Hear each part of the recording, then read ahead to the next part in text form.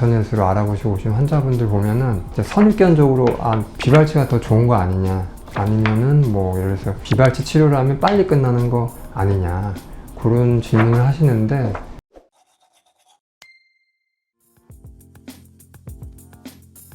어느 것이 좋다라고 이제 단정적으로 말씀드리긴 힘들고, 예를 들면 이런 거예요. 이제 비발치 치료가 더 좋다면 사실 모든 치료가 다 비발치 치료로 가야겠죠. 근데 이제 환자분이 예를 들어 돌출 때문에 치료를 원한다. 그러면 그 환자분의 어떤 삐뚤삐뚤한 정도라든지 입이 나온 정도를 바탕으로 해서 이 환자분이 원하는 거를 최종적인 목적으로 가기 위해서 비발치로 할 수 있다면 비발치가 좋은 치료고, 비발치를 힘들다면은 그 환자분한테는 비발치보단 발치가 더 좋은 치료가 되는 상황이기 때문에 하나로 이제 발치 비발치가 좋다라기보다는 이제 어느 환자분한테 적절한 치료가 있다라고 보는 게 더 좋을 것 같아요. 그래서 인터넷으로 알아보시고 오신 환자분들 보면은 이제 선입견적으로 비발치가 더 좋은 거 아니냐, 아니면은 뭐 예를 들어서 비발치 치료를 하면 빨리 끝나는 거 아니냐, 그런 질문을 하시는데, 그거는 언론이나 아니면 매체들에 의해서 매도된 의견인 경우가 많고, 결국 이제 그 환자분의 적절한 치료법과 치료 기간이 있다라고 말씀드리는 게 맞을 것 같아요. 기준은 뭐 여러 가지를 생각할 수가 있는데, 아까 말씀드렸듯이 환자분이 보통 발치 비발치 치료를 하는 선택의 기준은 첫 번째는 이제 치아가 삐뚤삐뚤한 정도, 그리고 두 번째는 이제 입이 얼마나 나왔느냐, 치아 평균보다 3mm 이상 나오면은 발치 치료를 하는 경우가 많고요. 그리고 그 외에 환자분이 가지고 있는 잇몸 상태, 그 잇몸 상태가 너무 안 좋으면은 소위 말하는 치주 질환이 심한 경우에는 발치 치료를 하면 치아 이동량이 너무 많기 때문에 이런 경우에는 비발치 치료가 더 선호되고요.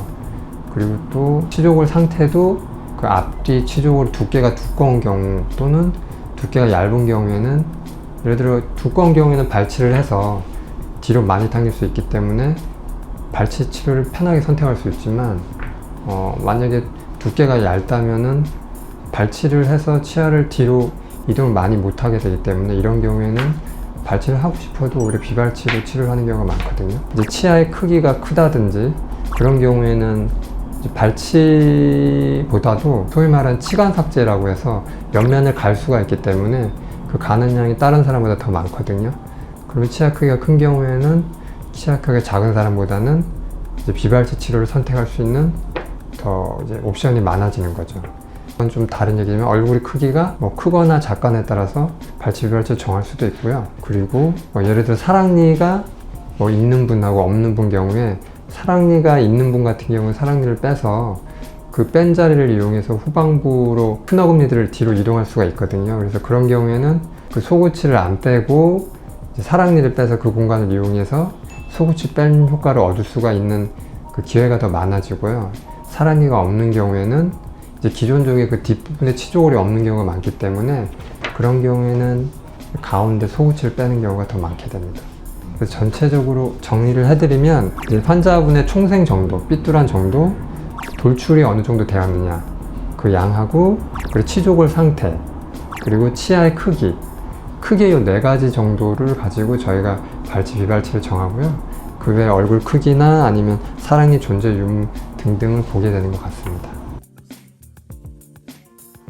가령 이제 교정을 안 하더라도 사랑니만 빼도 얼굴 폭경이 좀 작아지기도 하거든요. 항상은 아니지만 그런 경우가 있어요. 그래서 그건 이제 환자분 엑스레이나 이런 걸 종합해가지고, 그러니까 사랑니를 빼도 작아지듯이 작은 어금니를 빼고 교정을 하면 그 돌출입이 앞뒤에서 들어가듯이 좌우로도 좁아지는 효과가 있기 때문에 얼굴이 작아지는 효과가 있습니다.